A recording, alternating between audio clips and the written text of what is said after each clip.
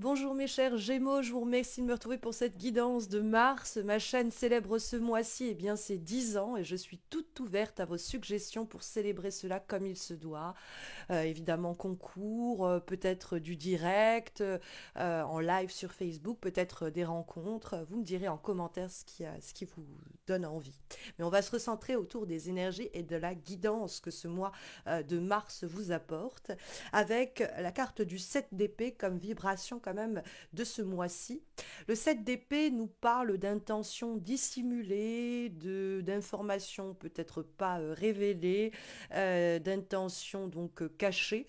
La carte du 7 d'épée peut mettre en garde contre une éventuelle trahison. Mais dans le cadre de votre tirage, j'ai plutôt ici le sentiment qu'il y a quelqu'un autour de vous qui ne joue pas complètement franc jeu, qui eh bien, avance en masquant ses intentions et qui ne veut pas révéler complètement ses objectifs. Et donc, ça va être tout un talent que de réussir à lui tirer les vers du nez ou à faire que cette bête farouche réussisse à vous approcher. La carte, en effet, du 7 d'épée peut indiquer quelqu'un qui ne veut pas jouer franc jeu et qui, pour s'éviter quelques pièges, va évidemment cacher des choses, ne pas tout dire et dissimuler par moments. Et donc, comment on fait que cette personne, on aborde les sujets qui fâchent sans se fâcher, ou que l'on réussisse à débusquer la vérité dans une situation où clairement on essaye de feinter des conversations importantes ou de garder pour soi des informations cruciales, eh bien, on a des attitudes ici qui sont recommandées, qui sont assez fortes, que le tirage nous indique pour éviter cela. Mais vous pourriez être vous-même ce 7 d'épée, c'est-à-dire que le 7 d'épée, vous pourriez être en train d'agir de sorte à vous mettre en danger. Et donc on vous dit, si vos intentions ne sont pas au cours de ce mois de mars clairement révélées, ça pourrait vous porter préjudice parce que ce 7 d'épée, il dialogue avec ce cavalier de coupe et le cavalier de coupe, il apporte sur un plateau d'argent son cœur, c'est-à-dire il s'ouvre, mais il le fait avec beaucoup de pudeur, avec beaucoup de romantisme, il le fait surtout à point nommé. Hein, quand on voit l'impératrice qui va favoriser la communication, on pourrait comprendre qu'il faut enclencher une communication sincère, mais amener cette conversation à émerger à pas de loup. Dans le sens où ça fait longtemps qu'avec votre boss, il va falloir faire un entretien pour expliquer ce dont vous avez besoin, mais il faut vous rendre disponible et envoyer, si vous voulez, des signaux avec la carte de l'impératrice dans ce qui est recommandé. Envoyer des signaux pour que l'on vous reçoive sans vous imposer pour autant. Parce que l'impératrice est vraiment très encourageante dans cette idée de partager avec générosité et abondance et assurance des idées qui nous traversent, des sentiments qui nous travaillent, et de le faire parce que on vient à nous, et de le faire dans un dialogue, ma foi, très sincère, mais très délicat. L'impératrice sait faire preuve de diplomatie. Elle est très éloquente, mais si vous voulez, elle ne va pas forcer le dialogue. C'est une carte où elle va bien envoyer des signaux, comme je vous l'expliquais, pour expliquer qu'elle est prête à dialoguer, qu'elle est prête à discuter, elle se rend disposée, elle se rend disponible, mais elle attend qu'on vienne à elle.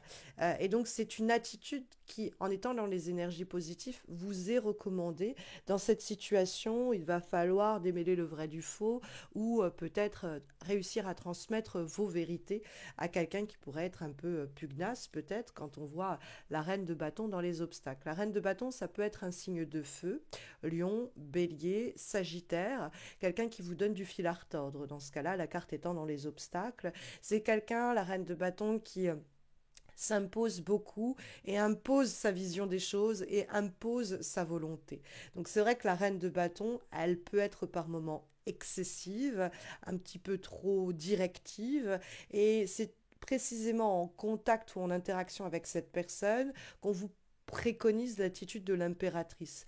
Rien ne sert d'entrer dans un bras de fer avec cette personne-là, elle voudra toujours avoir le dernier mot. Il ne faut pas qu'elle considère que les échanges sont au fond des rapports de force, mais qu'elle ait le sentiment qu'elle est entendue, qu'elle est écoutée et qu'on lui laisse la place pour peut-être pas s'imposer, mais en tout cas s'affirmer. Alors, de la même façon, on vous recommande évidemment de ne pas adopter l'attitude de la reine de bâton, puisque cette reine de bâton, elle y va en tapant du poing sur la table, quoi, hein, quand elle pose problème. Sa volonté ou son opinion bien trop marquée peuvent laisser quelques séquelles et sa position trop tranchante pourrait, ou impulsive pourrait malheureusement on va dire, continuer à entretenir les malentendus, les quiproquos ou les vérités, les demi-vérités et donc les dissimulations.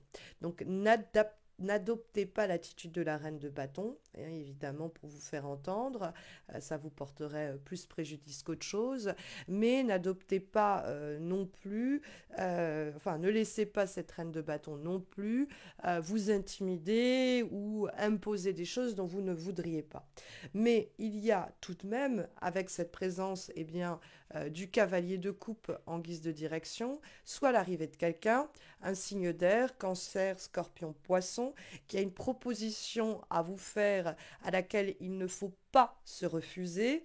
Cette personne va vous approcher parce que, impératrice, vous êtes rendu disponible, vous n'avez pas forcé le dialogue, vous n'avez pas forcé les choses avec la reine de bâton.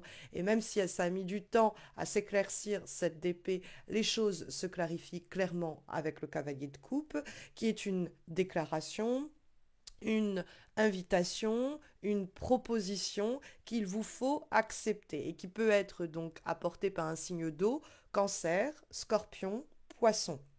Alors, ça peut être sentimental, hein, c'est évident, mais ce cavalier de coupe qui débarque comme ça dans votre quotidien, c'est aussi l'idée d'une nouvelle bourrasque émotionnelle qui vient frapper ce mois de mars et qui amène un renouveau fort plaisant sur le plan de l'affect, hein. C'est une carte de douceur aussi. Ça peut être vous qui partez à l'aventure et cette fois-ci sans vous cacher ou sans dissimuler vos intentions. Ou alors il y a enfin cette personne qui avance vers vous sans masquer ses envies, ses désirs et ses intérêts. Alors, on a quelques recommandations pour ce mois eh bien, de mars. La première nous étant délivrée par l'oracle de Healthy Witch, qui va vous donner un conseil sur le plan de la santé. Et nous avons la carte du foie. Alors, sur un plan vraiment physique, le foie va vous inviter à éviter de continuer à consommer en excès quelque chose qui pourrait mettre à mal votre foie. Alors évidemment, on va penser à l'alcool, on va penser au chocolat, bref. Mais sur un plan plus énergétique, la carte du foie est reliée à la purification, au besoin de purger certaines de nos émotions et notamment l'énergie de la colère. Donc il serait bon peut-être d'éliminer les toxines aussi bien physiques qu'énergétiques pour mieux avancer au cours de ce mois de mars. Mais comme dernière guidance, nous avons une lame issue cette fois-ci de l'oracle Hummingbird Wisdom et nous avons la carte A Gentle Touch. Cette carte qui nous parle d'une touche de douceur nous dit que vous obtiendrez bien plus avec du miel qu'avec du vinaigre au cours de ce mois de mars. C'est une carte qui vous encourage à faire preuve de bienveillance, d'empathie, de compassion à l'égard de votre personne et des personnes alentours. Ça sous-entend au fond que vous atteindrez beaucoup de vos objectifs, que vous arriverez à toucher beaucoup de personnes grâce à la douceur, grâce à l'écoute, on l'a vu avec l'impératrice, et grâce à la gentillesse qui feront pour vous des merveilles en ce mois de mars. Alors, n'hésitez pas à me dire comment cela résonne pour vous en commentaire. Sachez que si vous avez des questions plus amoureuses, j'ai réalisé des horoscopes annuels pour 2025 sentimentaux, dont la playlist va vous être suggérée dans quelques secondes à la fin de cette vidéo. Je vais aussi réaliser des horoscopes amoureux trimestriels pour la saison printanière au cours du mois de mars. Une bonne raison pour vous abonner, ne pas rater ces prochaines guidances sentimentales et puis les prochains horoscopes eh bien, du mois d'avril évidemment. N'hésitez pas non plus à me laisser un commentaire, à vous abonner, à liker pour soutenir ma chaîne qui, comme je vous l'expliquais en début de vidéo, célèbre ses 10 ans au cours de ce mois de février, au cours du mois de mars. Grosso modo, je postais les premiers horoscopes à la fin du mois de février 2015. Et donc, je souhaite célébrer cela à vos côtés. N'hésitez pas à me laisser un commentaire pour me dire comment vous voulez que l'on célèbre ces 10 ans, quelle est l'idée que vous me suggérez. Je vous écouterai tous et toutes, et puis ce qui reviendra le plus sera la façon dont on célébrera ça, et sûrement dès le mois prochain. Je vous remercie d'être à mes côtés. Je vous remercie pour le temps que vous venez de me consacrer. J'espère vous retrouver bien vite et bientôt, mes chers Gémeaux. D'ici là, prenez bien soin de vous.